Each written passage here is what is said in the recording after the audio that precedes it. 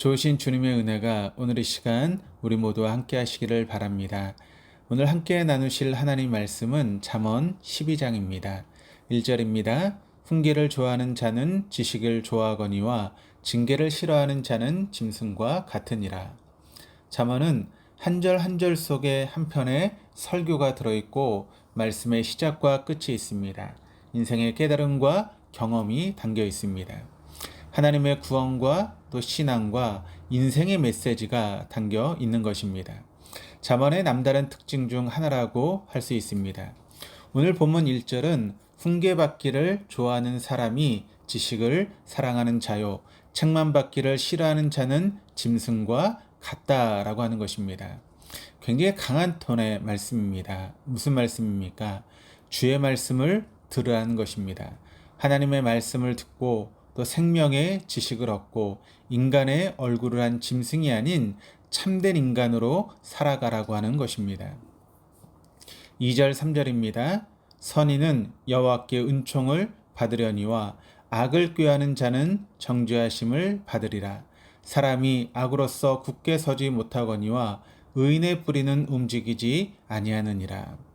마음 깊이 기억하고 염두에 두고 있어야 하는 또 하나의 중요한 말씀입니다.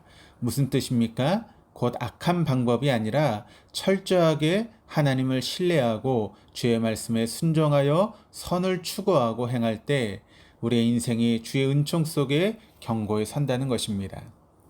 그러므로 자기 이익과 욕망을 채우기 위한 방법이나 꾀가 아닙니다. 말씀에 대한 완전한 순종입니다. 4절은 아내들이 기억해야 한다는 말씀입니다. 부부 사이에서 아내의 존재의 의미와 역할은 더할 나위 없이 매우 큽니다. 남편 노릇도 마찬가지입니다. 그 지혜와 선함, 변함없는 서로에 대한 사랑과 배려가 가정을 복되게 세우고 자녀들이 밝고 건강하게 자라나게 하는 것입니다. 5절입니다. 의인의 생각은 정직하여도 악인의 도모는 속임이니라. 잠언의 두드러진 특징은 의인과 악인을 대조해서 말씀하고 있는 것입니다. 명함처럼 의인과 악인을 대조적으로 말씀합니다. 오늘 본문 잠언 12장에서도 의인과 악인에 대해서 많이 말씀하고 있습니다. 6절 7절을 보시면 악인의 말은 사람을 엿보아 피를 흘리자 하는 것이거니와 정직한 자의 입은 사람을 구원하느니라. 악인은 엎드러져서 소멸되려니와 의인의 집은 서 있으리라. 이 부분을 세 번역이 이렇게 번역을 했습니다. 악인이 하는 말은 피 흘릴 음모뿐이지만 정직한 사람의 말은 사람을 구하여 내고 악인은 쓰러져서 사라지지만 의인의 집은 든든히 서 있다라고 이야기를 합니다. 10절은 의인은 자기의 가축의 생명을 돌보나 악인은 긍휼은 잔인하니라. 12절 13절은 악인은 불의의 이익을 탐하나 의인은 그 뿌리로 말미암아 결실하느니라. 악인은 입술의 허물을 말미암아 그물에 걸려도 의인은 환난에서 벗어나느니라. 21절 의인에게는 어떤 재앙도 임하지 아니하려니와 악인에게는 양화가 가득하리라. 앙화라고 하는 것은 재앙을 의미하는 내용입니다. 마지막 26절은 의인은 그 이웃의 인도자가 되나 악인의 소행은 자신을 미혹하느니라. 그러니까 계속해서 지속적으로 의인과 악인을 대조하고 있습니다. 그리고 의인과 악인의 특징이 무엇인지를 일깨워 주고 있습니다. 그리고 깨닫게 되는 것은 의인과 악인의 대표적인 차이점의 말에 있다는 것을 알게 됩니다. 의인과 악인의 차이점이 그들의 마음의 생각과 삶의 방식의 차이점을 여러 가지로 언급하고 있지만 의인과 악인의 중요한 차이점은 말에 있음을 이야기하고 있습니다. 말이 의인과 악인의 실상을 드러내고 있는 것입니다. 얼굴이 좀 험악하고 사납게 생겼다고 옷차림이 좀 싼티가 난다고 하는 일이 투박하다고 해서 그가 의인이고 악인이 아니라 그가 하는 말이 그가 어떤 인물인지를 밝혀준다는 것입니다. 왜냐하면 말은 그 사람의 생각과 내면과 인격, 실상을 밝혀주는 가장 대표적이고 가시적이며 현실적인 척도이기 때문입니다. 사람을 살리고 죽이고 또 세우고 넘어뜨리며 사람을 돕고 해치고 연합시키고 회방하는 그 모든 것이 결국 말에서 나오기 때문입니다.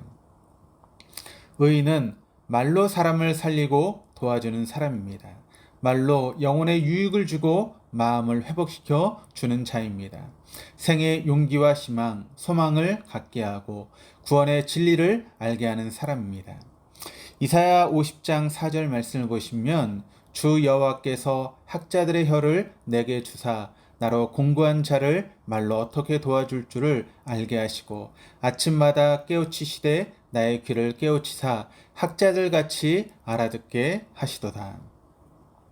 이 말씀이 비단 어떤 신학 교수들과 학문을 많이 닦고 지식이 많은 사람들에게만 해당되는 말씀입니까? 그렇지 않습니다.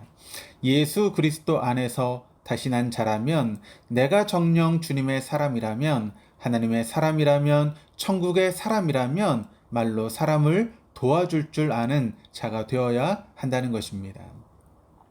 말로 사람을 도와주어야 하는 것입니다. 사람과 공동체에 덕을 세우고 유익을 주는 삶을 살아야 한다는 것이죠. 17절에서 19절까지의 말씀을 보시면 진리를 말하는 자는 의를 나타내어도 거짓 증인은 속이는 말을 하느니라. 칼로 찌른같이 함부로 말하는 자가 있거니와 지혜로운 자의 혀는 양약과 같으니라. 진실한 입술은 영원히 보존되거니와 거짓 혀는 잠시 동안만 있을 뿐이니라. 말의 중요성은 아무리 우리가 강조하고 강조해도 지나침이 없고 말에는 반드시 결과가 따른다는 것입니다. 하나님의 영광과 위로의 보상이든지 아니면 영원한 수치이든지 버려짐이든지 상실입니다. 또한 오늘 본문을 보면 미련함과 게으름에 대해서도 말씀합니다. 15절 16절 말씀을 보시면 미련한 자는 자기 행위를 바른 줄로 여기나 지혜로운 자는 권고를 듣느니라. 미련한 자는 당장 분노를 나타내거니와 슬기로운 자는 수욕을 참느니라. 또 24절과 27절입니다. 부지런 자의 손은 사람을 다스리게 되어도 게으른 자는 부림을 받느니라. 게으른 자는 그 잡은 것도 사냥하지 아니하나니 사람의 부귀는 부지런한 것이니라.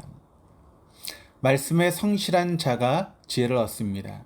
말씀에 부지런한 자가 인생을 성실하게 살아갑니다. 왜냐하면 말씀은 지혜의 말씀이며 우리의 삶을 빚는 구원과 능력의 말씀이기 때문입니다. 오늘도 주의 말씀에 순종하여 말씀을 통해 말을 다시 배우고 지혜를 얻으며 삶을 빚어가는 복된 하루 될 수 있기를 주님의 이름으로 축원합니다. 기도하시겠습니다. 하나님 아버지, 잠언 속에서 신앙을 온전히 가꾸어 가게 하여 주시옵소서. 오늘도 주의 말씀에 순종하여 말을 다시 배우고 주님의 지혜를 얻으며 삶을 온전히 빚어가는 우리 모두가 되어줄 수 있도록 인도하여 주옵소서. 감사드리며 예수 그리스도 이름으로 기도드립니다. 아멘.